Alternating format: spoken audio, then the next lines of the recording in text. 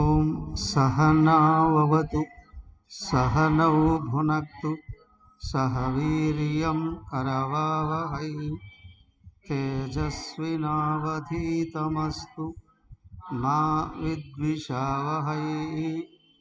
ఓం శాంతి శాంతి శాంతి.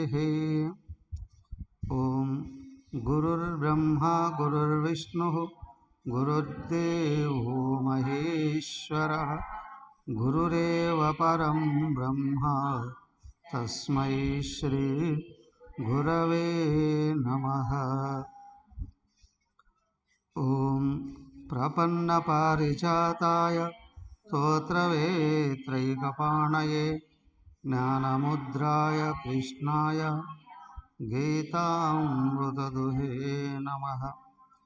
ఓం సచ్చిదానందరూపాయ విశ్వోత్పత్యాదిహేతవే తాపత్రయ వినాశాయ శ్రీకృష్ణాయ వయం నమః. హరి ఓం. శ్రీమద్భాగవతం దశమస్కందం ప్రథమ అధ్యాయంలో ఉన్నాం. నిన్న అలా ప్రారంభించాం. ఏమైంది? పరీక్షిత్తుడు అడిగాడు, అక్కడ శౌనకాదులు కూడా అడిగారు.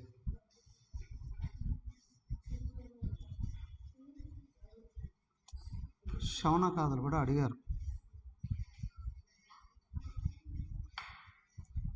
ఏమని?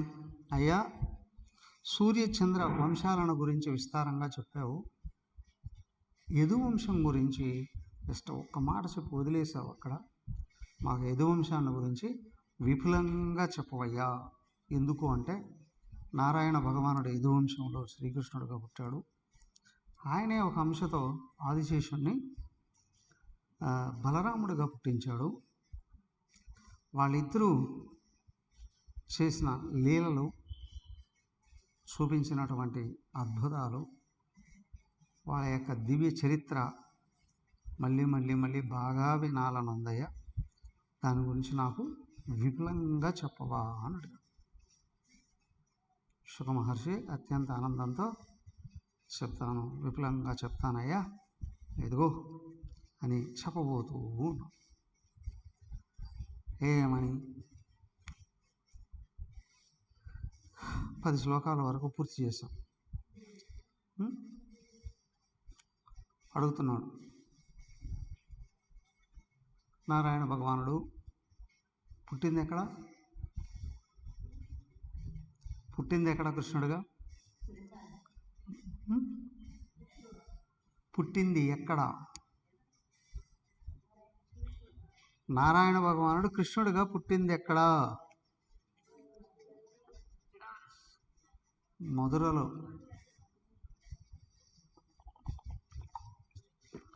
పుట్టింది మధురలో. ఆయన పెరిగింది రేపల్లె, బృందావనం, ఆ ప్రదేశాలంతా తిరిగాడు. బాల్యం అంతా మహా అద్భుతాలైనటువంటి లీలలు చూపించాడు కదా. సర్వశక్తివంతుడైనటువంటి భగవంతుడు గోపాల బాలకుడుగా అద్భుతమైన లీలలు చూపిస్తూ ఆ గోపకన్యల మధ్యలో ఏ విధంగా తిరిగాడు, గోపిక స్త్రీలు వాళ్ళ మధ్యలో ఎలాగా తిరిగాడు. ఇక్కడ ఉన్న వాళ్ళేమో గోకులములో ఆయనతో తిరిగినటువంటి గోపికా స్త్రీలేమో పూర్వజన్మలలో ఋషులు. వాళ్ళు అప్పుడు అడిగారు, ఒకసారి నేను కౌగిలించుకోవాలని ఉందయ్యా, అవకాశం ఇవ్వలేదు ఆయన అక్కడ, ఋషులకే అవకాశం ఇవ్వలేదు. అయితే అడిగారు, నిన్ను సాకారంలో ఉపాసించాలని ఉంది, రాముడిగా ఉన్నప్పుడు సాకార ఉపాసనకి. సరే మీరంతా వచ్చే నా కాలంలో ద్వాపరయుగ అంతంలో గోపికలుగా పుడతారు, నేను కృష్ణుడిగా వస్తాను, అప్పుడు నాతో కలిసి తిరుగుతారు. సుదీర్ఘకాలం, కొన్ని ఏళ్ల పాటు, 8-9 ఏళ్ల పాటు ఉన్నాడు అక్కడ ఆయన బాలకృష్ణుడిగా. ఆ తర్వాత అయితే ఈయన ద్వారకా నగరానికి వెళ్ళిన తర్వాతనే గోపికల్ని అక్కడ 16,000 మందిని పెళ్లి చేసుకుంది. ఆల్రెడీ అప్పటికే అష్టభార్యలు వచ్చేస్తున్నారు, మహారాణులు వాళ్ళు వచ్చేస్తున్నారు, రుక్మిణి, సత్యభామ, జాంబవతి వాళ్ళందరూ వచ్చి ఉన్నారు. ఆ తర్వాత 16,000 మంది గోపికలను పెళ్లి చేసుకున్నారు. ఆ గోపికలు వేరు, వాళ్ళందరూ కూడా ఇప్పుడు వాడెవడో వాళ్ళకి తీసుకొచ్చి పెట్టింది నరకాసురుడు. పూర్వజన్మలో కూడా ఏం జరిగిందయ్యా అంటే, ఆ దుందుబి అనే రాక్షసుడు ఉన్నాడే, గుర్తుందా రామాయణంలో? ఆ దుందుబి అనే రాక్షసుడు ఉన్నాడే, వాడు 16,000 మంది అమ్మాయిని తీసుకొచ్చాడట. అప్పుడు పెళ్లి చేసుకో, వాళ్ళందరినీ గుహలో పెట్టాడట. వాళ్ళకి ఎంతకు ఒప్పుకోలేదట, వాళ్ళు అక్కడే జీవోత్సవాలు అయిపోయారట. వాళ్ళకి అన్నపానీయాలు ఇవ్వకుండా అక్కడే చంపితే జీవోత్సవాలై, ఇది స్కెలిటన్స్గా, ఇది ఏమంటారు, అస్థిపంజరాలుగా మారి ఆత్మలుగా వీస్తున్నటువంటి సందర్భంలోనే అక్కడేమైంది, వాలి వెళతాడు కదా, అక్కడ వాలి ఆ లోపలికి వెళ్ళిన సందర్భంలో గుహలో అప్పుడు ఉన్నారట వాళ్ళు అక్కడ సూక్ష్మంగా. ఈ వాలిని చంపినప్పుడు రాముడికి వాళ్ళందరూ కనిపించారట, రాముడికి. అయితే అది ఎప్పుడు కనిపించారు ఏంటి అని అంటే, ఆయన తన కుమారులకు వివాహం చేసేసిన తర్వాత మళ్ళీ దేశాటన వెళ్తాడు. ఇదంతా ఆనంద రామాయణంలో వస్తుంది, శ్రీమద్ రామాయణంలో మనకు కనిపించదు. ఇది వాలిని చంపిన సందర్భంలో కాదు, రాజ్య పట్టాభిషేకం అయిపోయిన తర్వాత పిల్లలకు కూడా తీసుకుని యువరాజు పట్టాభిషేకం చేసి మళ్ళీ పుష్ప విమానంలో మొత్తం దేశం అంతా తిరుగుతారు. ఆ తిరుగుతూ ఉన్న సందర్భంలో వీళ్ళు కనిపిస్తారు. ఆ కన్యాకుమారి దగ్గరగా 8 మంది నాగకన్యలు కనిపిస్తారట. వాళ్ళు ఈయన్ని పెళ్లి చేసుకోమని అడుగుతారట. వచ్చే జన్మలో మిమ్మల్ని చేసుకుంటానంటాడు.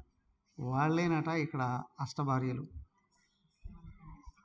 ఆ తర్వాత అక్కడ 16,000 మంది ఆ రాక్షసుడి చెరలో ఉన్నటువంటి వాళ్ళ సూక్ష్మ రూపాల్లో ఉన్నారట. వాళ్ళందరూ వేడుకుంటారట ఈయన్ని దగ్గర తీయమని. కానీ ఆయన అక్కడ కూడా చెప్తాడట, వచ్చే జన్మలో మీకు అందరికీ ఇస్తాను. వాళ్ళందరూ ఇక్కడ నరకాసురుడి చెరలోకి వచ్చారు మళ్ళీ గోపికల రూపంలో. వీళ్ళందరినీ ఇక్కడ వివాహం చేసుకున్నారు. వివాహం చేసుకోబడినటువంటి వాళ్ళు ఋషులు కాదు, అక్కడ ఉన్న కన్యలే. కానీ ఋషులు ఎవరైతే ఉన్నారో ఈయన బాల్యంలో ఉన్నప్పుడే బృందావనానికి వచ్చేసారు. గోపస్త్రీలుగా ఉండి ఈయన చుట్టూ తిరిగి ఈయన్ని ఉపాసించి ఆయన్ని చేరుకున్నారు అక్కడ. సో ఇది అక్కడ ఉన్నటువంటి ఇదంతా. సో కాబట్టి ఏంటంటే, బాల్యంలో బృందావనంలోనూ ఉండే లీలలన్నీ చూపించాడు. చాలామంది రాక్షసులను కూడా చంపాడు. తర్వాత యవనంలోకి వచ్చేటప్పటికి ద్వారకా నగరానికి మధురకు వచ్చాడు. మధుర నుండి కొన్ని లైట్లు ఆఫ్ చేయి, పోతా తొందరగా. అక్కడ అన్నీ ఆఫ్ చేసేసాను దాన్ని. బస్ ఆ బయటది కూడా ఒకసారి.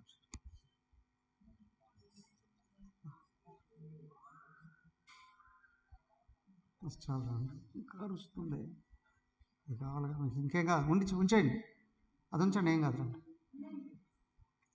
రండి ఉంటుంది. సో ఇక్కడే ఇది అరుస్తుందా? సరే.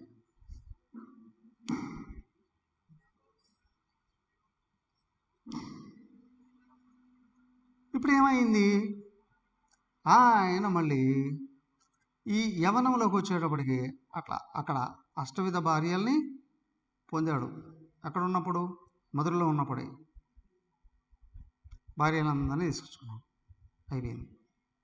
తర్వాత ద్వారకా నగరానికి వెళ్ళిన తర్వాత అప్పుడు మొత్తం దేశం అంతా రాక్షస సంహారం చేస్తున్నాడు. అప్పుడు వచ్చారు గోపికలందరూ 16,000 మంది నరకాసురుని చంపడం కొరకు. ఎవరు?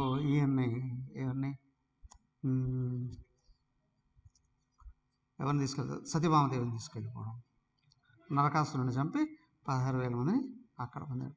ఆ సందర్భంలోనే మొత్తం దేశంలో ఉన్న రాక్షసులందరినీ సంహరించాడు.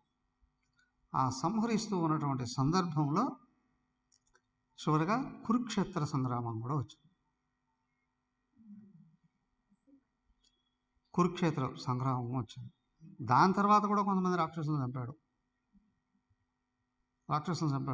అక్కడ కూడా. ఆ తర్వాత మళ్ళీ వచ్చి ఇక్కడ చాలా సంవత్సరాలు ఉన్నాడు.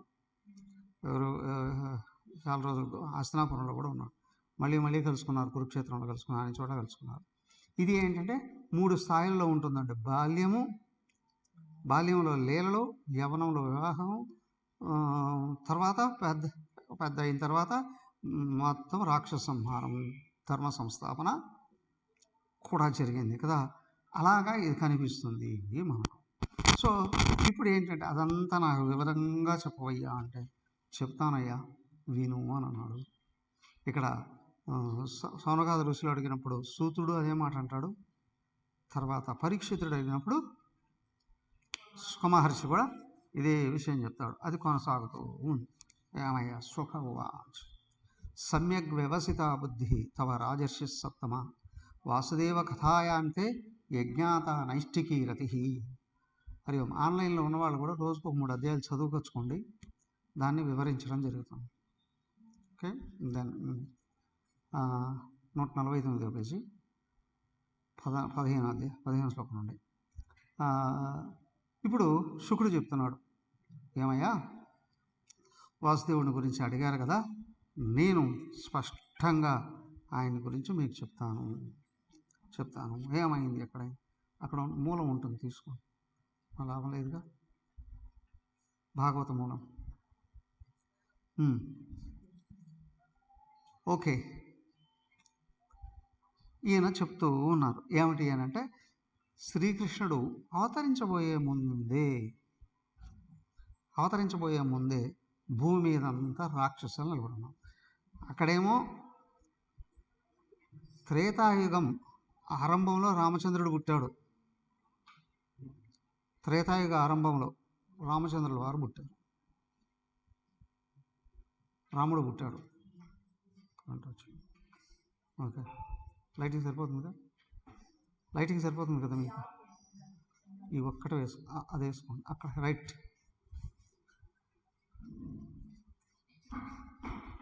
త్రేతాయుగ ఆరంభం దగ్గర నుండి ద్వాపరయుగ అంతం వరకు మధ్యలో అవతారం రాలేదు. దాదాపు 2 యుగాలు. రాముడి యొక్క చరిత్ర ఏదైతే ఉందో, రాముడి యొక్క జీవిత పవిత్రత ఏదైతే ఉందో, అదే రాజ్యాన్ని పరిపాలింపజేస్తుంది, రాజ్యాన్ని నడిపించింది. ద్వాపరయుగ అంతంలోకి వచ్చాడు. పరిస్థితులు ఎలా ఉన్నాయి అంటే, ఇప్పుడు సినిమాల్లో చూసిన కాలకేయులు ఆ సమయంలో యవనులు, ఆ తర్వాత అంత ముందు కాలంలో రాక్షసులు, అసురులు అనేవాళ్ళే ఆ కాలకేయులు యవనులుగా పుట్టారండి. ఆ తర్వాత అంటారు ఏమని, ఆ కాలకేయులే ఈ క్రిస్టియన్స్ అయ్యారు అని. ఈ యవనులే ముస్లిమ్స్ అయ్యారండి అనుకో. ఎందుకంటే అవే అసుర గుణాలే కొనసాగాయి. అంతేనా? ఎప్పటికప్పుడు భారతదేశాన్ని నాశనం చేయడానికే ప్రారంభం నుండి జరుగుతూనే ఉంది. అది ప్రారంభం నుండి జరుగుతూనే ఉంది. సరే, వాళ్ళంతా ఏంటంటే దేశాన్ని మొత్తం పీడిస్తూ ఉన్నారండి. భూదేవి తట్టుకోలేకపోయిందండి వాళ్ళ పాప చర్యల వలన. శిశువు బాధపడుతూ ఉంటే ఎవరికి తెలుస్తుంది? తండ్రి కూడా అంటాడు, వాడు ఏదో ఏడుస్తున్నాడు, పాలు ఇవ్వరాదా అంటాడు, లేదా నిద్రపుచ్చరాదా అంటాడు. అవునా? ఇంకా ఎక్కువగా ఏమైనా తెలిస్తే ఇంట్లో ఉంటే వాడికి ఏమైనా చీమలు దోమలు ఏమైనా గుర్తున్నాయేమో చూడు అంటారు. అంతవరకే. అది కూడా బాధలన్నీ తెలిసేది ఎవరికి? తల్లికే కదా. అలాగే భూమి మీద ఉన్న జీవరాశులన్నీ బాధలు పడుతూ ఉంటే భూదేవికి తెలిసిందట ఆ బాధ. భూమాత ఆమెకు తెలిసింది. ఆమె తట్టుకోలేక వీళ్ళ దుష్ట చర్యల్ని వీళ్ళ దేవతలకు మొరపెట్టుకుంది. ఇంద్రుడు దేవతలు, ఈ దేవతలందరూ కలిసి బ్రహ్మదేవుడి దగ్గరికి వెళ్ళారు. బ్రహ్మదేవుడు విష్ణుదేవుడి దగ్గరికి వెళ్ళాడు. విష్ణుదేవుడు ఎందుకయ్యా ఆయన దగ్గరికి వెళ్ళారు?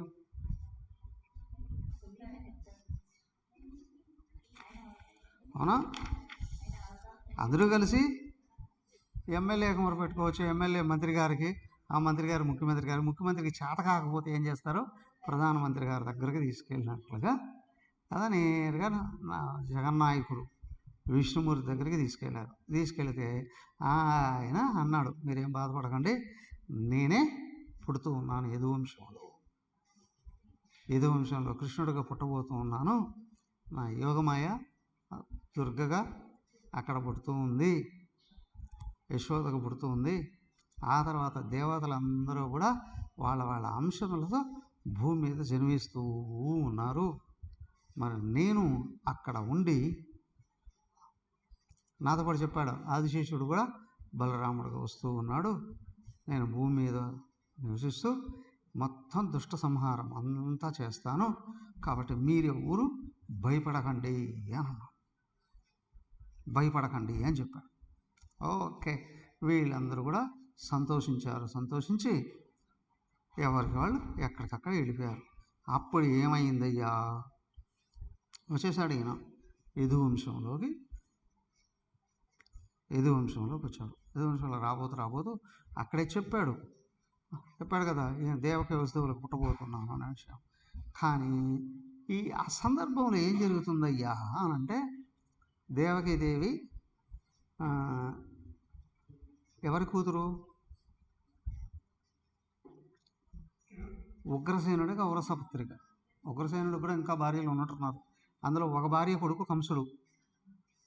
అప్పుడు ఉగ్రసేనుడు రాజు. ఒక భార్య కొడుకు కంసుడు, ఇంకొక భార్య కొడుకు దేవకీదేవి. వీళ్ళకి మామ వంశంలోనే ఉన్నారు ఎవరు? వసుదేవుడు, సూరసేనుడు కుమారుడు అట. సూరసేనుడు కుమారుడు. ఈయన ఎవరు? చంద్రవంశంలో నుండి వచ్చినటువంటి ఆయన. ఎవరు? సూరసేనుడు ఉన్నాడే, చంద్రవంశంలో భరతుడు అని ఆయన ఉన్నాడు. ఋషభదేవుడు అని. ఆ ఋషభదేవుడికి 100 మంది కొడుకులు. 5వ అధ్యాయంలో వచ్చింది మనకు, 5వ స్కందంలో 100 మంది కొడుకులు. అందులో పెద్ద ఆయన భరతుడు 100 సంవత్సరాలు పరిపాలన చేశాడు. ఆ తర్వాత ఆయన జీవన్ముక్తుడే వెళ్ళిపోయాడు. ఆయన తర్వాత ఆయనే ఇది జడభరతుడుగా కూడా మారింది. అక్కడ చరిత్ర అంతా వచ్చింది, అయిపోయింది. అయితే తర్వాత వాళ్ళ వంశంలో నుండి శూరసేనుడు వీళ్ళందరూ వచ్చారు. చంద్రవంశం రాజులే వీళ్ళందరూ కూడా చంద్రవంశంలో వచ్చినటువంటి వాళ్ళే. సో కాబట్టి వాళ్ళలో వచ్చేటప్పుడు శూరసేనుడికి కుమారుడు వసుదేవుడు, అక్కడేమో ఉగ్రసేనుడికి కుమార్తె అవుతుంది దేవకీదేవి. వాళ్ళిద్దరికి దగ్గరుండి పెళ్లి చేశాడు ఎవరు? కంసుడు. ఔరస సోదరు,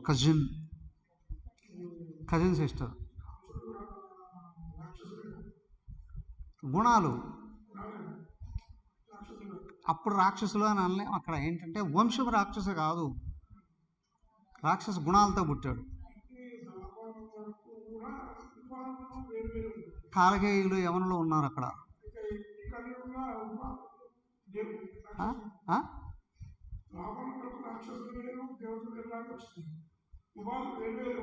మారే ఇప్పుడు అక్కడ అవే. అయితే అక్కడ కూడా రావణాసురుడు ఎంత అందగాడు. ఆ రాక్షసుడు అని అంటే కూరలతో జుట్టుతో ఇట్లా పుట్టినవాళ్ళు కాదు. ఆయన కూడా సద్బ్రాహ్మణ కుటుంబంలో పుట్టినవాడే, బ్రహ్మదేవుడికి ముది మనవడే. హిరణ్యకశిపుడు కూడా అక్కడ మనవడే, ఆయన కూడా మనవడే, కశ్యప ప్రజాపతి. గుణాలతో అట్లా అయ్యాడు. రావణ బ్రహ్మ ఆయన పేరు. సో ఓకే, అయితే ఇక్కడ ఏమైందంటే అక్కడి నుండి కూడా గుణాల వలన అసురులు అయ్యారు వాళ్ళు. అదే చెప్పింది. అసురుడు అన్నంత మాత్రాన ఆకారం వేరుగా ఉంటుందని కాదు,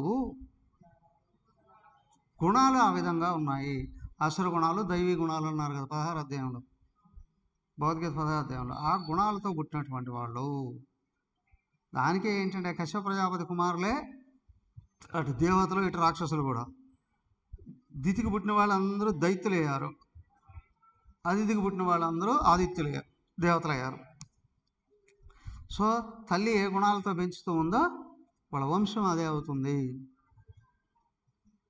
ఏ గుణాలను ప్రోద్బలం చేస్తూ ఉందో. అవునా కదా? కొన్ని రాష్ట్రాల్లో ఇప్పుడు కూడా పంపిస్తున్నారా లేదా ముఖ్యమంత్రుల తర్వాత కంప్లీట్గా అసుర గుణాలతో కనిపిస్తున్నారుగా రాజ్యాన్ని పరిపాలించేటువంటి నేతలు కూడా. కానీ లోపల గుణాలు అవే ఉన్నాయి కాబట్టి అవే నడిపిస్తాయి. అదేవిధంగా ఇక్కడ ఏంటి అంటే ఈయన జన్మించబోయే సందర్భంలో వీడు కంసుడు అసుర గుణాలతో పుట్టాడు. అందుకే వాడికి జరాసంధుడు అత్యంత ఇష్టడు. కంసుడు సోదరీమణులే జరాసంధుడి భార్యలు కాదు, జరాసంధుడి కుమార్తెలు కంసుడి భార్యలు, కంసుడి భార్యలు అయ్యారు. అక్కడ నరకాసురుడు కూడా ఎవరు? భూదేవికి వరాహమూర్తికి పుట్టిన వాళ్ళే, విష్ణువుకి భూదేవికి పుట్టిన వాళ్ళే. వాడే కంసుడు, నరకాసురుడు కూడా. కాకపోతే గుణాలతో ఆ విధంగా పుట్టాడు, ఆ విధమైన గుణాలు పుట్టాడు. సో కాబట్టి గుణాల వలన వాళ్ళందరూ ఆ విధంగా అవుతున్నారు. ఈ కృష్ణుడు వచ్చే సమయానికి ఉగ్రసేనుడు మహానుభావుడు, కానీ ఆయన కొడుకున్నాడే కంసుడు అత్యంత దుర్మార్గుడు అయ్యున్నాడు. కంసుడికి చెల్లిగా పుట్టింది దేవకీదేవి. అంగరంగ వైభవంగా వివాహం చేశాడు. నేను కూడా మా వంశంలోకి వస్తాడు బావగారు. ఎవరు? ముందే బావగారు వసుదేవుడు. అందుకే వసుదేవుడికి ఇచ్చి వివాహం చేశారు. చక్కగా వాళ్ళ ఇంటికి పంపిస్తూ ఉన్నాడు. అదే నగరమే కావచ్చు, వాళ్ళది వీళ్ళది కూడా అక్కడే కావచ్చు. కానీ ఆ పంపిస్తూ ఉన్న సందర్భంలో ఏమైంది? ఆకాశవాణి మధుర కేంద్రం నుండి వార్త వినిపించింది. అరే కంస, నువ్వేదో చాలా ఆనందంగా మరి చెల్లెల్ని వాళ్ళ ఇంటికి పంపిస్తున్నావు, అత్తగారింటికి పంపిస్తున్నావు. ఆ చెల్లెలకి పుట్టబోయే 8వ సంతానం నీ మరణానికి కారణమవుతుంది అని వినిపించింది. పైనుంచి వినిపించింది. వాడు దాన్ని తట్టుకోలేకపోయాడు. పది ప్రగ్రహిణం కంసం అభాషా శరీరవాక్ అస్యాస్వామష్టమో గర్భో హంతాయాం వహసే బుధ. 34వ శ్లోకం. సో కాబట్టి అక్కడ వినిపించేటప్పటికి వీడు తట్టుకోలేకపోయాడు. వెంటనే నొగల నుండి లేచి, రథంలో నొగల నుంచి లేచి కత్తి బట్టి కుడి చేత్తో ఎడం చేత్తో ఆ దేవకీదేవి జుట్టు పట్టుకొని నరికేస్తాను అని అన్నాడు. అక్కడికక్కడే అంతవరకేమో అంగరంగ వైభవంగా వివాహం చేసి తీసుకెళ్తున్నాడు. అప్పటికప్పుడు దానికి ఏంటి అంటే నిమిషానికి గుణాలు మారిపోయే స్థితే అసురత్వం. బయట విషయాలను బట్టి లోపల గుణాలు మారుతున్నాయిరా అంటే నిలకడలేదు వ్యక్తిత్వము అని. నిజాలు తెలియవు. ఒకటి తమోగుణం ఉంది, రజోగుణం ఉంది అంటే తమోగుణం ఉంటుంది అని అర్థం. సత్వగుణం వస్తే తమోగుణం పోతుంది. వాటికన్నిటికి వైరుధ్యం. సత్వగుణం ఎక్కడైతే వస్తుందో వ్యక్తిత్వం నిలకడ కుదురుతుంది. ఎందుకు కుదురుతుంది అంటే నిజాలు తెలుస్తాయి అక్కడ. ఒకటి నిజంలో ప్రథమ భాగం ఏంటి అంటే నేను ఆయన అంశను అని, ద్వితీయ భాగం ఏంటి అంటే ఈశ్వరాజ్ఞతోనే బయట అన్నీ జరుగుతాయి. వ్యవహారాలలో నువ్వు శాస్త్రబద్ధంగా నియమబద్ధంగా వ్యవహరించాలి, అంతేగాని బయట వచ్చేటువంటి జరిగేటువంటి విషయాలు మాత్రం ఖచ్చితంగా ఈశ్వర ప్లాన్ ప్రకారమే, ప్రణాళిక ప్రకారమే జరుగుతాయి. దాన్ని ఏం చేయలేవు. ఇప్పుడు అష్టమ గర్భం చేత కంసుడు చచ్చిపోవడము అనేటువంటిది నిజమా అబద్ధమా? ఎవడైనా ఆపగలడా? లేదు. కానీ అప్పటి వరకు వీడు ప్రకృతిని సాత్వికంగా మార్చేసుకోండి అంటే జీవన్ముక్తుడు అయ్యేవాడు కదా వీడు. ఇక్కడ పరీక్షితుడు చేసింది అదే. ఏంటి అని అంటే వారమే ఉంది నీకు మరణము అని అన్నాడు. అక్కడ వెంటనే బాధ్యతలన్నీ తీర్చేసేసాడు, వచ్చి ధ్యానంలో కూర్చునేసాడు. అంటే స్వప్రయత్నం. వీడికి 8వ సంతానం అని అంటే కనీసం ఒకరికొకరికి మధ్యలో 2 సంవత్సరాలైనా జరగదా? ఒకరు కదా, కనీసం 16 ఏళ్ళు పడుతుందిగా. 16 ఏళ్లలో ఎంత సాధించవచ్చు? వాడే నా ప్రకృతిని దివ్యంగా మార్చేసుకొని ఈ లోపలే దేవుడే మెచ్చే అంత ఉత్తమమైన ప్రకృతిని సంపాదించుకోవచ్చు కదా. వాడికి రాల ఆలోచన. ఈ కారణం ఏంటి అంటే అక్కడ దైవీ ప్రకృతి, ఇక్కడ అసుర ప్రకృతి. బయట జరుగుతున్న విషయాలను బట్టి లోపల అలజడి పెంచుకొని నెగిటివ్గా మార్చేసుకొని పతనమయ్యే విధానమేమో అసుర ప్రకృతి. బయట ఏం జరుగుతూ ఉన్నప్పటికీ కూడా లోపల స్పందన మరి దేవుడికి అనుకూలంగా మార్చుకోవడం అంటే సాత్వికంగా మార్చుకొని జీవితాన్ని ఉత్తమోత్తమైనటువంటి స్థితిలోకి తీసుకువెళ్ళి మొత్తం సమాజం అంతటి చేత గౌరవింపబడేటువంటి, అభిమానింపబడేటువంటి విధి విధానం సాత్విక ప్రకృతి. ఇక్కడ 2 మానవుడికి అవకాశం ఉన్నాయి, అదే చూపించింది ఇక్కడ. నువ్వు ఎటు వెళ్ళాలనుకున్నా అవకాశం ఉంది, నీ ఇష్టం ఎటైనా పోవచ్చు. కానీ ఒకటి సంపూర్ణంగా పతనం, ఒకటేమో ఉత్తమోత్తంగా వెళ్ళాం. వీడు 16 సంవత్సరాలు అవకాశం ఇస్తే వాడు సర్వం నాశనం చేసుకున్నాడు. వాస్తవానికి కృష్ణుడు కూడా సంపలేదు, వాడిని జుట్టు పట్టుకొని లాగేసినప్పుడు కింద పడి చచ్చిపోయాడు వాడు. కంసుడు ఆ మీద పడే పట్టుకున్నాడు, కింద పడిపోయి చచ్చిపోయాడు వాడు, అంతే. కృష్ణుడు కూడా ఏం సంపలేదు అక్కడ. అంటే అక్కడికే వాడు విపరీతమైన భయానికి లోనైపోయినాడు. వాడి నీడను చూసినా వాడు భయపడిపోయేవాడట.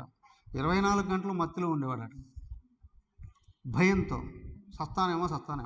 కానీ అదే సత్వగుణం ఉంటే అరే దేహానికి మరణం ముందే రాసి పెట్టేస్తున్నాడు, అదే ప్రారంభంలో ఎవడు తప్పించుకుంటాడు అని అనుకునేవాడు. అవునా? కాబట్టి నా ప్రకృతిని దివ్యంగా మార్చుకొని ముక్తిని పొందుతాను ఈ లోపలే. సాక్షాత్ పరమాత్మ నారాయణమూర్తి వచ్చి నన్ను చంపుతున్నాడు అంటే అంతకంటే అదృష్టం ఏముంది అని అనుకునేవాడు. లేదు, వాడు మార్చుకోలేదు. వాడికి మార్చుకోలేదు వాడు. కాబట్టి వాడు పతనం అయిపోయాడండి, పూర్తిగా పతనమయ్యాడండి అని. అయితే ఇప్పుడు ఏంటి, కత్తిపెట్టి ఎప్పుడైతే నరకపోయాడో ఆ వసుదేవుడు వచ్చి అప్పటికప్పుడే థింక్ చేశాడు. వసుదేవుడు మంచిగా చెప్పాడట, అయ్యా నీ సోదరి నువ్వు సంపదని ఎన్ని రకాలుగా చెప్పినా వాడికి మనసుకు ఎక్కేటట్లేదు కదా. కానీ నా ఆ తక్కువ సమయంలోనే, సెకండ్లలోనే ఏమిటి అంటే దానికి సాత్వికుడు ఏం చేస్తాడు అంటే మా మనస్మర ఇద్యచ అని అంటాడు. అంటే నువ్వు ఏ పని చేసినా నన్ను తలుసుకొని చెయ్యి అని అన్నాడు అక్కడ భగవద్గీతలో. ఇక్కడ నారాయణ భగవాన్ ఇష్టదైవాన్ని తలుసుకుంటాను లోపల నుంచి లాస్ట్లాగా ఏం చేస్తే అక్కడ సమస్య తొలగిపోయి పరిస్థితి తనకు అనుకూలంగా వస్తుంది అనేటువంటి సందేశం వస్తుంది. ఈయన ఏం చేశాడట, వెంటనే వెళ్ళిపోయి చేతులు పట్టుకున్నాడు. నీ సోదరుని చంపాలి అనుకుంటున్నావు, నీ సోదరి వలన కాదు కదా నీకు మరణం కలిగేది, నీ సోదరికి పుట్టినటువంటి పిల్లల వలన కదా. అవునా? పుట్టిన పిల్లల్ని నీకు తీసుకొని చెప్పచెప్తాను.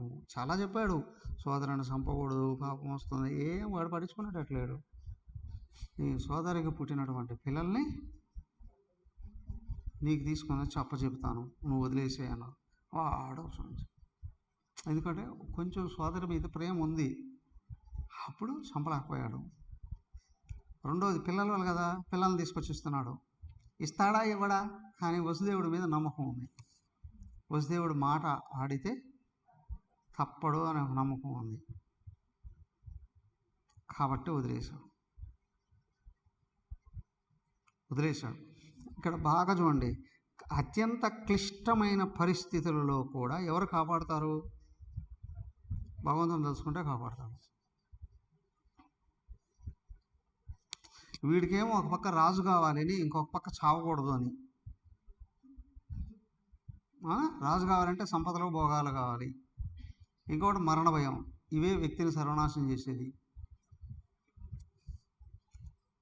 రెండోది ఏమవుతుంది అని అంటే, భయంకరమైన విపత్తు నుండి ఆయన బయటపడాలి అనుకుంటే ఒక సందేశం, భగవంతుని తెలుసుకో. దానికి లోపల సద్గుణాలు ఉంటే భగవంతుని తలుసుకుంటాడు, ఆయన వినిపిస్తుంది. చెప్పాడు, ప్రమాణాలు చేశాడు కదా.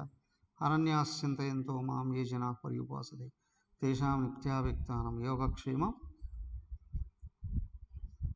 అపిచేత్సు దురాచార భజతే మాం అనన్యభాగ్ సాధురేవ సమంతవ్య సమ్యగ్ వ్యవస్థతో హి సహా అనబడ. దుర్మార్గులలో పరమ దుర్మార్గుడైనా సరే నన్ను కానీ శరణ కోరితే నేను ఖచ్చితంగా వాడిని కాపాడుతాను. అనేక రకాలుగా చూపించాడుగా. సో కాబట్టి నీకు ఇక్కడ నమ్మకంతో ఆయన తెలుసుకున్నామంటే సత్వగుణం బయటకు వచ్చింది, అది తీసుకొచ్చుకోగలగాలి, నువ్వు బాగుపడాలి అనంటే. జ్ఞానం వస్తుంది, మరణ భయం నుండి కూడా బయటపడతాం, బయట పడవేయగలవు కూడా. పడడమే కాదు, నీకు ఇష్టమైన వాళ్ళని బయట పడవేయగలవు కూడా. సెకండ్ పర్సన్ వేడుకున్నా కూడా అది జరుగుతుంది. అయ్యా అది గుర్తించు. వీడు ఒప్పుకున్నాడు, వెళ్ళిపోయాడు. వీడు వెళ్ళిపోయిన తర్వాత ఏమైంది? అవునా, సుసర్వధాన్నివృతే కంసస్తద్వాక్యసారవీత్ వసుదేవోపితం ప్రీతః ప్రశస్య ప్రావిశద్గృహం. వసుదేవుడు ఏమయ్యాడు? 55. వసుదేవుడు సత్యచంద్రుడు అని తెలుసుకొని ఆయన వదిలేశాడు. ఈయన భార్యను తీసుకొని ఇంటికి వెళ్ళిపోయాడు. ఇంటికి వెళ్ళిపోయిన తర్వాత ఏమైందయ్యా?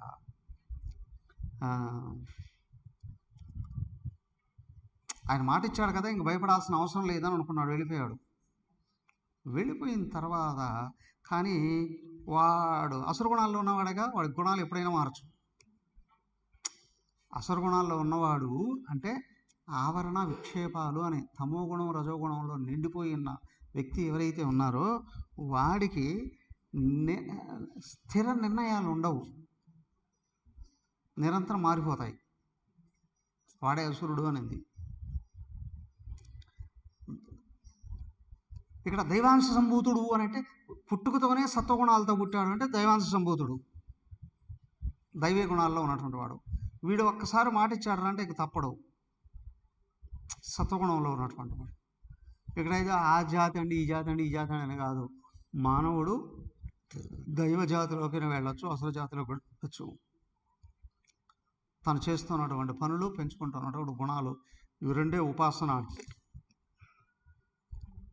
వాటి వల్ల ఎలాగైనా వెళ్ళచ్చు. ఈయన నిశ్చింతగా వెళ్ళిపోయాడు. కానీ అక్కడికి వెళ్ళేటప్పుడు ఏమైందయ్యా అంటే నారదుడు వచ్చాడు. ఎవరు? నారద భగవానుడు వచ్చాడు. ఆయన కథ నడిపించాలి కదా.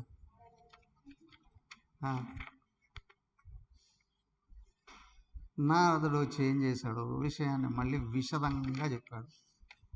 ఏమని? ఓ కంస, నువ్వేమో మీ చెల్లెలను వదిలేసి వచ్చేసావు, అక్కడ వసుదేవుని కూడా వదిలేసి వచ్చేసావు. నీకు విషయం తెలుసా? దేవతలంతా యదువంశంలో పుడుతూ ఉన్నారు. ఏది అక్కడ దేవకి వసుదేవుల వాళ్ళ వంశం ఉంది, వసుదేవుడు వంశంలోను. ఆ తర్వాత ఈ యశోదానందులు వాస్తవానికి అక్కడ వాళ్ళని గొల్లవాళ్ళు అన్నారు, వాళ్ళు కూడా కాదు, వాళ్ళని వైశ్యులు అన్నారు ఒక్కడక్కడ. యశోదానందులు వాస్తవానికి వాళ్ళు కూడా అది కాదు, వాళ్ళు కూడా ఈ వంశంలోంచి వచ్చిన వాళ్ళే, చంద్రవంశంలో నుంచి వచ్చినటువంటి వాళ్ళే. పశువులుగా వాళ్ళు పశువులు మేపుకుంటున్నారు కదా. కృషి గోరక్ష వాణిజ్యం వైశ్యం కర్మ స్వభావజం అని అన్నారు. అప్పట్లో ఏంటి అని అంటే వ్యవసాయము, పాడి, పంట, వ్యాపారం, 3 వైశ్యుల యొక్క క్రియాన. ఆయన చేసేది పాడి కదా, కాబట్టి వైశ్యాన్ని కాదయ్యా. ఆ యశోదానందులు కూడా వీళ్ళ వంశంలో నుండి వచ్చినటువంటి వాళ్ళే పూర్వానికి వెళ్ళి చూస్తే. పూర్వంలోకి వెళ్ళి ఏది ఈ వసుదేవుడు ఉన్నాడే, వసుదేవుడు వంశానికి అనుగుణంగా ఉన్నటువంటి వాళ్ళేనండి వాళ్ళు కూడా.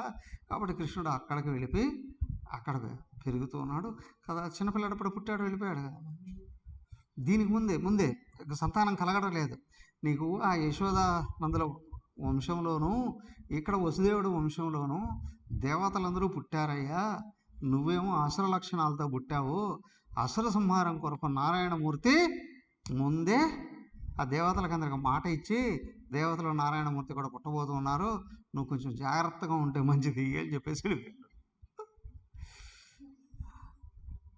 జాగ్రత్తగా ఉంటే మంచిది అని వెళ్ళిపోయాడు. వీడికి భయం పుట్టింది, ఏమవుతుందో ఏమో అని. వెంటనే దేవక వస్తువులు తీసుకొచ్చి వీడు చెరసాల్లో బంధించేశాడు. ఇదేమిటండి నారదుడు ఇట్లాంటి పని చేశాడు. అజ్ఞాని అప్పటికప్పుడు ఇన్స్టంట్ ఫలాలు కోరుకుంటాడు అని అంట. నాకు ఇప్పటికిప్పుడే ఫలాలు కావాలని ఎవరు కోరుకుంటున్నారో అజ్ఞాని టైం పట్టినప్పటికి కూడా శాశ్వత ఫలం, అది సుఖాన్నే అందించేది కావాలి అని చెప్పి జ్ఞాని కోరుకుంటాడు, సజ్జనుడు కోరుకుంటాడు, ధర్మాత్ముడు కోరుకుంటాడు. ఇప్పుడు నారదుడు ఇక్కడ చెప్పడం వల్ల దేవక వసుదేవులు తీసుకొని జైల్లో బంధించేశారు కదా అండి, నారదుడికి ఏంటి లాభం? అక్కడ సూక్ష్మంగా చూస్తే విమర్శన ఎంత లోతుకుంది అంటే, వాళ్ళు ఇంట్లో ఉన్నప్పటికీ కూడా కంసుడు ఎప్పుడు చంపుతాడని భయపడుతూ జీవిస్తానుగా, అంతేనా? కంసుడు ఎప్పుడు వస్తాడో చంపుతాడని భయపడుతూ బతకాలగా. జైల్లోకి తీసుకొచ్చి పెట్టారు. మరి ఇప్పుడు ఏంటంటే పరిస్థితి, జైల్లో తీసుకొచ్చి పెట్టడం వల్ల బాధ తీవ్రతరం కావడం వల్ల దైవం వైపు దృష్టి తిరిగింది. దేవుణ్ణి వేడుకున్నారండి. అనన్యాశ్చింతయంతో మాం అన్నారు అక్కడ కదా. అదే కుంతిదేవిని కూడా కృష్ణుడు అడిగితే నువ్వు ఏదైనా వరం కోరుకో అంటే, వదిలే నాకు కష్టాలు ఇవి జీవితాంతం అని కోరుకుంది. ఏంటి అంటే నిత్యం నిరంతరం దైవాన్ని తెలుసుకోవాలి అని అంటే బాహ్యంగా కష్టాలు ఉండగలగాలి. అదే ఇక్కడ వీళ్ళు ఏంటంటే దేవక వసుదేవులు తీసుకొని వచ్చి జైల్లో పెట్టేసేస్తే వీళ్ళు 24 గంటలు నారాయణమూర్తిని తలుచుకుంటారు కదా. ఇంకొకటి ఏంటంటే ఆ కంసుడు సావాలి అని అంటే వాడి పుణ్యఫలాలు ఉన్నాయి వెనకలా, అవి సావనివ్వవు. అవి కరిగిపోవాలి అని అంటే లోకానికి అంతటికీ తెలిసేటువంటి, లోకం అంతా విమర్శించేటువంటి, అసహించుకునేటువంటి పాపాలు వీడు చేయాలి. కంసుడు తొందరగా సావాలరా అంటే వాడి పుణ్యాలన్నీ కరిగిపోవాలి, వాడి పాపాలన్నీ బయటికి రావాలి, పాపకర్మలు జరగాలంటే ఏం చేయాలి? ఇప్పుడు ఈయన ప్లాన్ వేశాడు, దేవక వసుదేవులు తీసుకొని రక్షణ చేశాడు. ఇక్కడ జైల్లో రక్షణ చేశాడు. ఆ సమయంలోనే వీళ్ళ కొడుకు పుట్టాడు కదా. కొడుకు పుడితే వాడు పరిగెత్తుకుంటూ వచ్చాడు, చంపేశాడు. వరుసగా 6 మంది కొడుకులు. 6 మంది కొడుకులనే కాదు, కొన్ని వేల మంది ఆ మధురా సామ్రాజ్యంలో ఉన్నటువంటి, వాడి సామ్రాజ్యంలో ఉన్నటువంటి వెంటనే ఈయన్ని కూడా ఉగ్రసేనుని తీసుకెళ్ళి జైలు వేసేసాడు. వాళ్ళ అమ్మ నాన్న జైలు వేసేసాడు, దేవక వసుదేవులు జైలు వేసేసాడు. వీడు రాజ్యాధిపత్యం తీసుకొని ఏం చేశాడు, వాడి రాజ్యంలో ఉన్న శిశువులు, పుట్టిన ప్రతి శిశువుని చంపేశాడు. దేవుడు కంసుడు దేవతలు పుడుతున్నారని తెలిసింది కదా, పుట్టిన ప్రతి శిశువును చంపడం మొదలుపెట్టాడు కంసుడు. వాడు సైన్యాన్ని పంపించేశాడు, ఆ రాజ్యంలో ఎక్కడ శిశువులు పుట్టినా చంపేసేయండి అని అన్నాడు. అంటే వీడి విషయం వార్త ఇప్పుడు సోషల్ మీడియా లేదు కదా, అప్పుడు వీడు పాపాత్ముడు, దుర్మార్గుడు, నీచుడు, నికృష్టుడు కదా అని లోకానికి తెలియాలి అని అంటే లోకంలో పుట్టిన పిల్లలందరినీ చంపినాడు. ప్రతి ఇంటికి వెళ్ళిపోయిందిగా వార్త, కంసుడుతున్నాడు అన్నట్టు కదా. లోకం అంతా గగ్గోలు పెట్టి అందరూ ప్రార్థించడం మొదలుపెట్టారు, వీడెప్పుడు చస్తాడా అనేటట్టు తిప్పాడు ఈయన. ఎవరు? నారదుల వారు. ఒక్క వార్తతో దేవతలు పుడుతున్నారయ్యా, నువ్వు జాగ్రత్తగా ఉండాలి అని అనేశాడు. వీడు పాపాలు పరిపక్వత పొందాయి, వీడు నాశనానికి మొత్తం దగ్గరకు వచ్చేసింది కదా. సో అప్పుడు ఏం జరగబోతుందయ్యా అన్నట్టుగా చూడండి. 2వ అధ్యాయం. మహావిష్ణు దేవక గర్భమున ప్రవేశించుట దేవతలు ఆ ప్రభు. ఇప్పటికేమైంది? 6 మంది పుట్టేశారు కదా. 6 మంది పుట్టారంటే 6 నెలలు 12 ఏళ్ళు అయిపోయిందిగా పుష్కర కాలం. వాడికి ఆకాశవాణి వినిపించి పుష్కర కాలం అయింది. 6 మంది పిల్లల్ని చంపేశాడు. 6 మంది పిల్లల్ని చంపేశాడు. ఈ 6 మంది ఏంటి, కొన్ని వేల మందిని ఇప్పటికే రాజ్యంలో అందరినీ అల్లకల్లోలం అయిపోతూ ఉంది. రాజ్యం అంతా కూడా అల్లకల్లోలం అయిపోతూ ఉంది. ఆ సందర్భంలోనే ఇదంతా చూసి దేవతలు వెళ్ళి విష్ణుదేవుని స్తుతించారు. మళ్ళీ అప్పుడు సూచిస్తే ఆయన రాబోతూ ఉన్నాడు. విష్ణువు దేవకీదేవి గర్భాన ప్రవేశించబోతున్నాడు. ఇదంతా గమనించి చూడండి. సినిమా తీస్తే 2-3 గంటలు అయిపోతుంది శ్రీకృష్ణ చరిత్ర. శ్రీకృష్ణ చరిత్ర అయిపోతుంది. ఇప్పుడు దాదాపు 10-12 ఏళ్ళు అయింది కదా ఆయన పుట్టబోయే ముందుకే. ఇంకా ప్రవేశించాడంటే మళ్ళీ సంవత్సరం పడుతుందిగా. ప్రవేశించిన తర్వాత కంసుడు చంపడానికి మళ్ళీ 16 ఏళ్ళు అయిందిగా.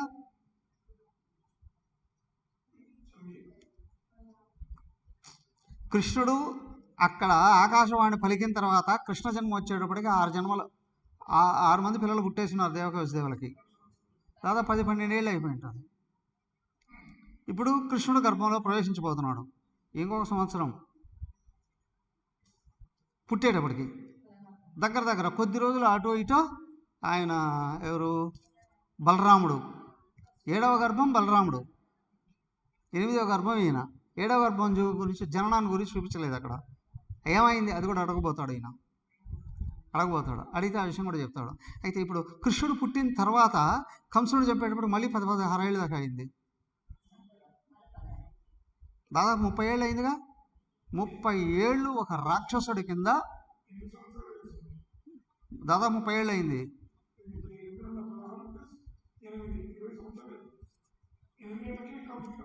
8 ఏళ్ళకి కాదు, 8వ సంతానం కాదు. ఆయన 16 ఏళ్ళ వయసులోకి వచ్చి ఉన్నాడు. చాలా జరిగాయి మధ్యలో. అక్కడ జరిగినటువన్నీ విషయం చూపించారు చాలా. ఇప్పుడు దానికే కథ కొనసాగుతూ ఉంటే అర్థమవుతుంది. అక్కడ 8వ సంతానం అన్నాడు కానీ 8 ఏళ్ల వయసులో వచ్చి చంపుతాడు అని అనలేదు. యువరాజా స్వరూపంలో ఉన్నాడు. అప్పుడు యువరాజులాగా ఉన్నాడు. యువరాజులాగా ఉన్నాడు కృష్ణుడు అప్పుడు. ఎందుకంటే అప్పుడే కదా మళ్ళీ అక్కడ వెళ్ళేటప్పటికి ఆ కుబ్జాను ఆగ్రహించడము, మరి వివాహాలు చేసుకోవడానికి ఆ వయసు రావడం, ఇదంతా కూడా ఏంటంటే 12 ఏళ్ళకు పైన ఉంది వయసు. 12 నుంచి 16 ఆ మధ్యలో ఉంది. క్లియర్గా చెప్పలేదు అక్కడ. కాకపోతే 8వ సంతానం. సో 20-25 సంవత్సరాల పైన 30 సంవత్సరాల దాకా అయి ఉంది. ఇంత సమయం దుర్మార్గుడి కింద రాజ్యం ఉంది అని అంటే ప్రజలలో ఎన్ని బాధలు అనుభవించున్నారో చూడండి. ఎన్ని రకాల బాధలు అనుభవించున్నారో చూడండి కదా. ఇదేంటయ్యా ఇది అంటే మానవులు చేసుకున్న పాపాలు ఉన్నాయే. ఒక్కోసారి దుర్మార్గుడైన రాజును కానీ ఎన్నుకున్నారా. ఆయన ఎవరు, పక్క రాజ్యంలో ఒక మహానుభావుడు. నేను చూస్తున్నా, నేను వింటున్నా, నేను వస్తున్నా 5 ఏళ్ళు ప్రజలనేంటి దేవుళ్ళను కూడా బాధించే అంట ఉగ్రమైనటువంటి స్వభావాన్ని పట్టుకొని వచ్చాడు. ఉగ్రమైన స్వభావాన్ని పట్టుకొని వచ్చాడు. అక్కడ ఏమిటి, అసురాంశే. సో కాబట్టి ఇక్కడ ఏమిటి అని అంటే ఇదంతా ఎందుకు అంటే జనాలు చేసుకున్న పాపాలు వాళ్ళు అనుభవించాలి కదా. వాళ్ళు అనుభవించాలి. యూపీలో చూడండి, మొన్నటి వరకు అధర్మము, అక్రమము, అన్యాయం అంతా ఎక్కడ ఉంటుంది అంటే దోపిడీలు దుమ్మిలో యూపీలోని. ఇప్పుడు ఏరి పారేశాడు. వాళ్ళందరూ ప్రార్థనలు ఫలించాయండి. సాధువే దిగాడండి. ఎవడు ఊహించలేదు కదా. కానీ వచ్చేటప్పటికి ఏమైంది, ఎవరు ప్రార్థనలు చేసినట్టున్నారు అక్కడ. ఆ సమయంలో పుట్టి పెరుగుతూ ఉన్నటువంటి వాళ్ళందరూ ఉన్నారే అంశాలతో పుట్టి ఉన్నటువంటి వాళ్ళు కావచ్చు, సదంశతో పుట్టిన వాళ్ళు కావచ్చు. సో కాబట్టి ఇక్కడ ఏంటి అంటే ప్రతిదానికి కారణం ఏదో ఒకటి ఉంటుంది.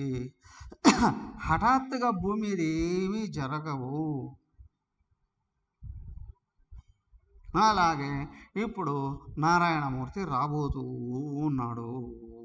భూమి మీదకి రాబోతున్నాడు అని అంటే, అదే సపోజ్ ప్రధానమంత్రి గారు సజ్జనుడు వస్తున్నాడు రా అని అంటే, మరి ఆయన ఏ ప్రదేశానికి వచ్చాడో కళకళలాడుతుంది కదా ప్రపంచం అంతా కూడా. ఒక దుర్మార్గుడు ఎవడో వస్తున్నాడు రా అంటే అక్కడ కూడా సజ్జనులైనటువంటి వాళ్ళందరూ కాబట్టి ఇక్కడ ఆయన వైకుంఠం నుంచి నారాయణమూర్తి రాబోతున్నాడు, భూమి కూడా కళకళలాడుతుందండి ఇప్పుడు. కొంచెం తెలియకుండానే ఏమంటే వేసవిలో వర్షం వస్తుంది అని అంటే పులకరిస్తుంది కదా భూమి అంతా, భూమి జీవరాశులు అన్నీ కూడా. లాస్ట్ టైం మన గీత చిల్డ్రన్ క్యాంప్ జరిగినప్పుడు విపరీతమైన వేడి, ఒక రోజు అయితే భరించలేకపోయారు కదా పిల్లలందరితో కూడా. కానీ లాస్ట్ రోజు వర్షం రాత్రి 12 గంటల దాకా ఉండగలిగారు. 12 గంటల ఏంటి అంటే వర్షం వస్తుంది అని అంటేనే పులకరిస్తుంది భూమి, ప్రజలు, జీవరాశులు అన్నీ కూడా. అలాగే నారాయణమూర్తి భూమి మీద దిగబోతున్నాడు అని అంటే పరిస్థితులన్నీ అలాగా మారాయి, అన్నీ ఆ విధంగా మారాయండి. అప్పుడు పరిస్థితి ఒకవైపు భూమి మీద చూస్తే ఏంటి అంటే ఆసేతు హిమాచలం, దాదాపు కర్ణాటక అనుకుంటా వాడిది,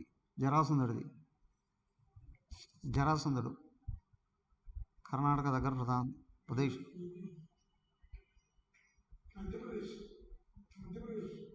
జరాసంధుడిది కాదు, జరాసంధుడిది సౌత్ కర్ణాటక దగ్గర కాదు. అక్కడి నుంచి ఏంటంటే అటు అది ఉంది ముచ్చుకుంద గుహ, దానికి దగ్గర ప్రాంతం. సో వాడు పూర్తి సౌత్ వాడిది.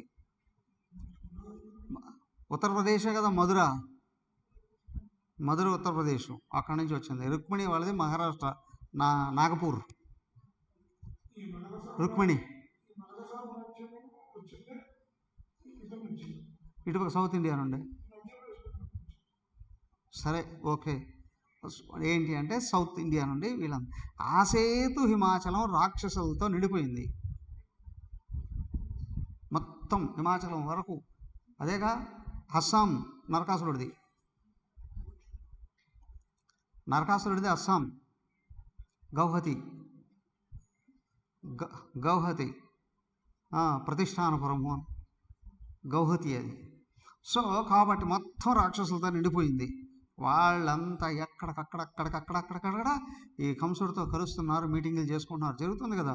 మొన్నటి వరకు ఏమైంది, సౌత్ ఇండియాని విడదీసేద్దాం, సపరేట్ దేశంగా మార్చేసుకుందాం అని అంటున్నారు. మన ఎంపీ ఎలక్షన్ జరిగే సమయానికి సౌత్ ఇండియాలో ఉన్న వాళ్ళందరూ మన రాష్ట్రాల వాళ్ళు కూడా కలిశారు. సౌత్ ఇండియాని విడదీసేసి దక్షిణ భారతదేశం అని పెట్టుకుందాం, అది ఉత్తర భారతదేశం విభజించేద్దాము అని చూశారు. పరిస్థితులు చూడండి ఎట్లా ఉంటాయో. అలాంటి భయంకరమైన రాక్షసులందరూ కలిసి సజ్జనులని ఎవరిని భూమి మీద లేకుండా చేసేద్దాం అని అనుకున్నారు. ఆ సందర్భంలో భగవంతుడు దేవకీదేవి గర్భంలో ప్రవేశించబోతున్నాడు. ప్రవేశించాలి అని అంటే ఆల్రెడీ దేవకీదేవి గర్భంలో బలరాముడు ఉన్నాడు, 7వ గర్భంగా. అక్కడ వీళ్ళు అడుగుతారు, అయ్యా 7వ గర్భం గురించి చెప్పలేదు, మీరు 8వ గర్భం గురించి చెప్తున్నారు కదా. 7వ గర్భం ఏమైంది అంటే ఆ 7వ గర్భమే సంకర్షణుడు అని. ఒక విధంగా ఏంటంటే గర్భస్రావము అని అంటారు. సంకర్షణం లేదా గర్భస్రావం జనరల్గా జరిగితే వేరు, గర్భం తీసేయడం అని అంటారు కదా, తీసేయడం అంటారు కదా.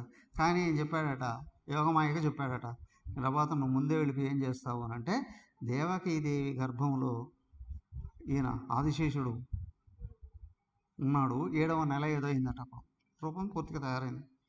నువ్వు వెళ్ళి ఆ గర్భాన్ని తీసుకుని వెళ్ళి అటువైపు ఎవరు రోహిణి గర్భంలో ప్రవేశపెట్టు అని.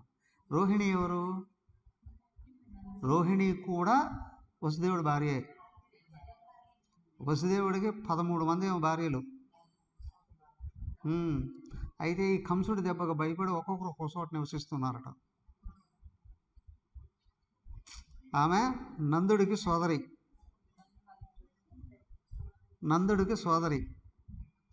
ఈ యశోద రోహిణి చాలా క్లోజ్గా ఉంటారు, ఆడబిడ్డే కదా, వదిన ఆడబిడ్డలు కదా, చాలా క్లోజ్గాను ఉంటారు. అక్కడ చాలా విచిత్రాలు జరిగాయి ఆ మధ్యలో.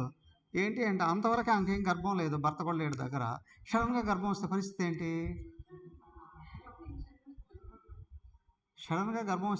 ఏంటి? ఆ గర్భం ఏకంగా 7 నెలల గర్భం వస్తే ఏంటి పరిస్థితి? ఈ విచిత్రం అంతా ఏంటి అంటే యోగమాయ ఉంది తీసుకుని వెళ్ళి ఆ గర్భంలో వేసేది స్పష్టంగా యశోదాదేవి చూసిందట, వదినే చూసింది. రాత్రి ఒక దేవతా శక్తి ఒక గర్భస్థ పిండాన్ని తీసుకొని వచ్చి రోహిణి గర్భంలో వేసేది నేను చూశానండి అని నందుడికి చెప్తుంది. అవునా? ఎవడు గుర్తుండాలనో జనరల్గా ఆడబిడ్డలకు చిచ్చు పెట్టాలన్నా వదిలిన ఉండాలి, లేదా వదిలికి చిచ్చు పెట్టాలంటే అవునా కదా?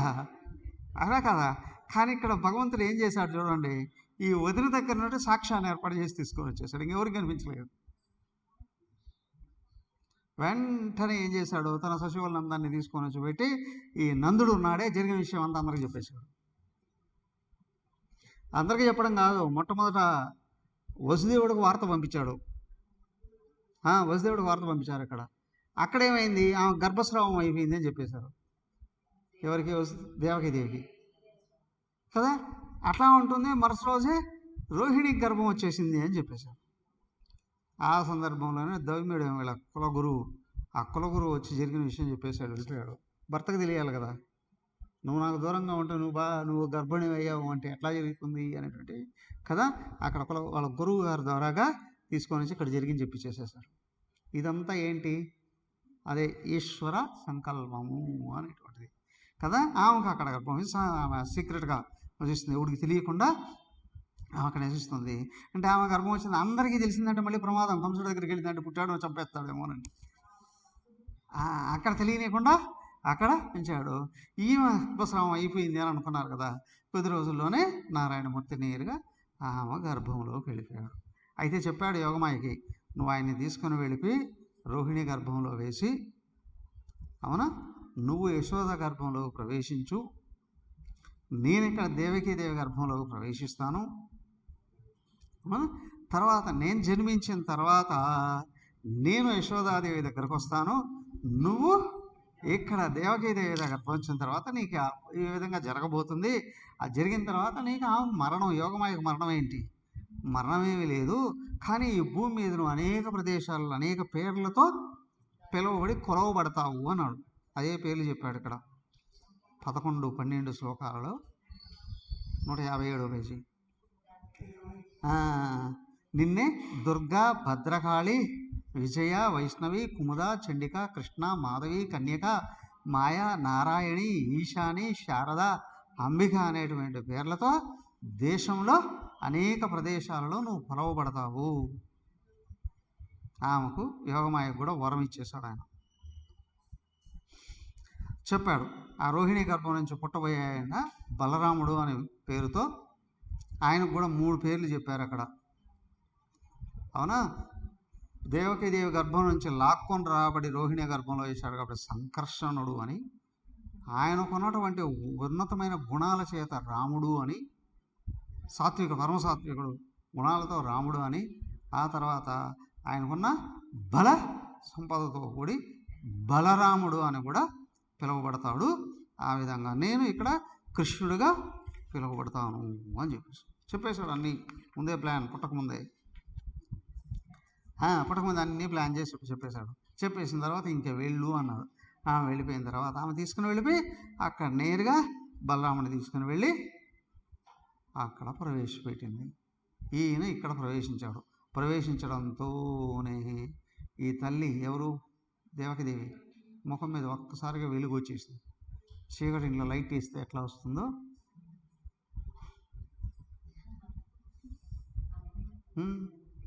లైట్ వేస్తే ఎలా వస్తుందో ఏమో చిన్నప్పుడు విన్నా నేను. గర్భంలో అమ్మాయి ప్రవేశిస్తే ముఖం కళగా ఉంటుంది అని, లేదా అబ్బాయి ప్రవేశిస్తే అంతగా కనిపించదు అనేది నిజమా అబద్ధమా? మరి నిజమేనా? అప్పుడు తెలుసుకునేవారట, స్కానింగ్ గీనింగ్ అంతా అవసరం లేదండి, నెలలు నిడుతూ ఉండే కొద్దీ ముఖం కానీ కళగా కనిపిస్తుంటే అమ్మాయి ఉంది లోపల అనేవారంట యోగమాయ అని. ఆ అబ్బాయి ఉన్నారు అంటే, కానీ నారాయణమూర్తి కదా, ఈయన నారాయణమూర్తి కదా, నేరుగా లైట్ వేసినట్టుగా ముఖం వెళ్ళిపోతుందండి. మరి భూమి అంతా కూడా శుభసూచకంగా ప్రకృతి అంతా పరవశిస్తూ ఉందండి, ప్రకాశిస్తూ ఉందండి, ప్రకాశిస్తూ ఉందండి. కొన్ని కొన్ని కొన్ని కొన్ని మార్పులు జరుగుతున్నాయట, మార్పులు జరుగుతున్నాయి. రాబోయేది 8వ గర్భం కదా. ఏమైంది అంటే 2 రకాలు చూడండి. సద్గుణాలు కలిగినటువంటి వాళ్ళ ముఖం అంతా వెలుగుతూ ఉంది, దుర్గుణాలు కలిగినటువంటి వాళ్ళ ముఖం అంతా కూడా వాడి భయంతో వేదనలు పుడుతుంది, వేదనలు పుడుతుంది. అంటే 8వ గర్భం కదా, రాబోతాడేమో అనిపిస్తాను. వీడు పరిగెత్తుకుంటూ వచ్చేసాట. 8వ గర్భం ఉన్నప్పుడు లోపలనే తల్లిని శిశువుని ఇద్దరిని చంపేస్తానని వచ్చాట. గర్భంతో ఉండగానే చంపేస్తానని వచ్చేసాట. కానీ మళ్ళీ భయపడ్డాడు. వాళ్ళ పురోహితులందరూ కూడా అడ్డుపడ్డారు. వద్దు వద్దు, గర్భస్థ స్త్రీని, గర్భంతో ఉన్న స్త్రీని కానీ చంపితే మహాపాతకం కలుగుతుంది, దానికి నిష్కృతే లేదు, కాబట్టి ఆ పని చెయ్యకు అనను. సరే, ఏమైంది, వాడు కొంచెం వెనక్కి వెళ్ళిపోయాడు. కానీ ఎప్పుడు పుడతాడా చంపేద్దామా అని చూస్తాం, ఎప్పుడు పుడతాడా చంపేద్దామా అని చూస్తాం, ఎదురు చూస్తున్నాడు. అయితే ఇక్కడ మొత్తం మారిపోతూ ఉన్నాయి. అయితే ఏమైంది, ఆయన లోపల పెరుగుతూ ఉన్నాడు. దేవతల బ్రహ్మదేవుడు వచ్చాడు. అందరూ కూడా ఆ యశోదాదేవిని పొగిడి వెళ్ళిపోతున్నారు. నీ లోపల నారాయణమూర్తి ప్రవేశించాడు, ఇంకా మీరు భయపడకండి అని ఆయన్ను ప్రార్థించారు. ఎవరిని? గర్భంలో ఉన్నటువంటి శ్రీకృష్ణ నారాయణమూర్తిని వీళ్ళు బయట నుంచి దేవతలందరినీ, ఋషులందరినీ తీసుకొని బ్రహ్మదేవుడే వచ్చాడట. ఏమండి ఇంతమంది వస్తున్నారా అంటే అదే అంటారు, బ్రహ్మరథం పట్టారు అని అంటారే. రథంలో దేవుడి విగ్రహం పెట్టకుండా తీసుకొని వస్తే బ్రహ్మరథం అంటే ఏమని, దాంట్లో బ్రహ్మదేవుడు ఉన్నాడు అని, బ్రహ్మదేవుడు ఊరేగొస్తున్నాడు అని. జగత్ సృష్టికర్త కదా అలాగే బ్రహ్మదేవుడు వచ్చాడు, దేవతలందరితో కలిసి వచ్చాడట. మరి వీళ్ళకంతా కనిపించలేదా అండి? సూక్ష్మ రూపంలో వచ్చేసారు. ఆ జైలు ఇప్పటికీ ఉందిగా, కృష్ణుడు పుట్టిన జైలు గది, దాంట్లోకి వచ్చారు. అక్కడి నుండి ఈమెని ఓదార్చారు, లోపల ఉన్న నారాయణమూర్తిని పొగిడారు. ఒక పెద్ద కాంతి వచ్చి ఆ గర్భంలో ప్రవేశించినట్టు కనిపించిందట అక్కడ. ఆ కాంతే వీళ్ళు ప్రతిష్ఠిస్తూ ఉంటే ఆ గర్భం నుండి ఆ కాంతి విరజిమ్ముతూ వీళ్ళని ఆశీర్వదించారు. ఇప్పుడు ఏమైంది, ఇక్కడేమో దేవకి వసుదేవులకు 24 గంటలు దైవస్మరణ, అక్కడ కంసుడు మొదలైనటువంటి వాళ్ళకి అందరికీ 24 గంటలు మరణ స్పందన. ఎప్పుడు చస్తామో, ఎటు చస్తామో, ఏం చస్తామో, ఏమవుతామో అని వాళ్ళకి అటు దానికి ఎవరు దుర్గుణాలను పెంచుకుంటున్నారో జీవితం అంతా భయపడి సావాల్సింది వస్తుంది. ఎవరు సద్గుణాలను పెంచుకుంటున్నారో వాళ్ళ దైవాన్ని తెలుసుకునే మనసు ఆగిపోతుంది, వాళ్ళకు ఆ విధంగా వీళ్ళకి ఈ విధంగా ఇది కొనసాగుతూ ఉంది కదా. ఇంకా ఆయన ఆవిర్భవించబోతూ ఉన్నాడు. ఎవరు? కృష్ణ భగవానుడు ఆవిర్భవించబోతున్నాడు. కానీ ఈ లోపలే బలరాముడు పుట్టేశాడు. బలరాముడు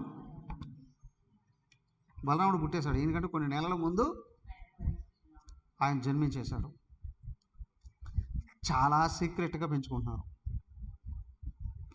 శిశువు పుట్టినప్పుడు జరిగే ఏ తంతులు అక్కడ బయట కనిపించకుండా చేసుకున్నారు వాళ్ళు. ఎంత సీక్రెట్గా అంటే వాళ్ళ కుల పురోహితుడు కూడా ఒక్క రాలేదు. వద్దు వస్తే వాళ్ళకి అనుమానం వస్తుంది, బాలుడి మీద హత్యం చేయడానికి ప్రయత్నం చేస్తారు. వాళ్ళు తెలియనియకుండా ఇక్కడ పెంచుతున్నారు.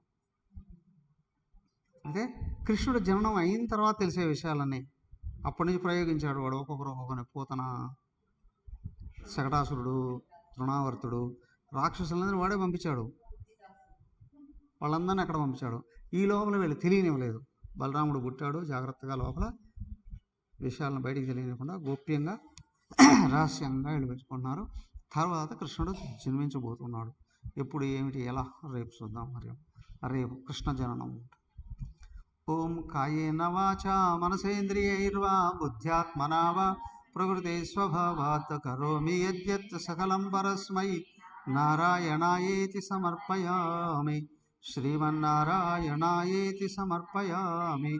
ఓం పూర్ణమదః పూర్ణమిదం పూర్ణాత్ పూర్ణముదచ్యతే పూర్ణస్య పూర్ణమాదాయ పూర్ణమేవావశిష్యతే. ఓం శాంతి శాంతి శాంతి. హరి ఓం. శ్రీ గురుభ్యో నమః.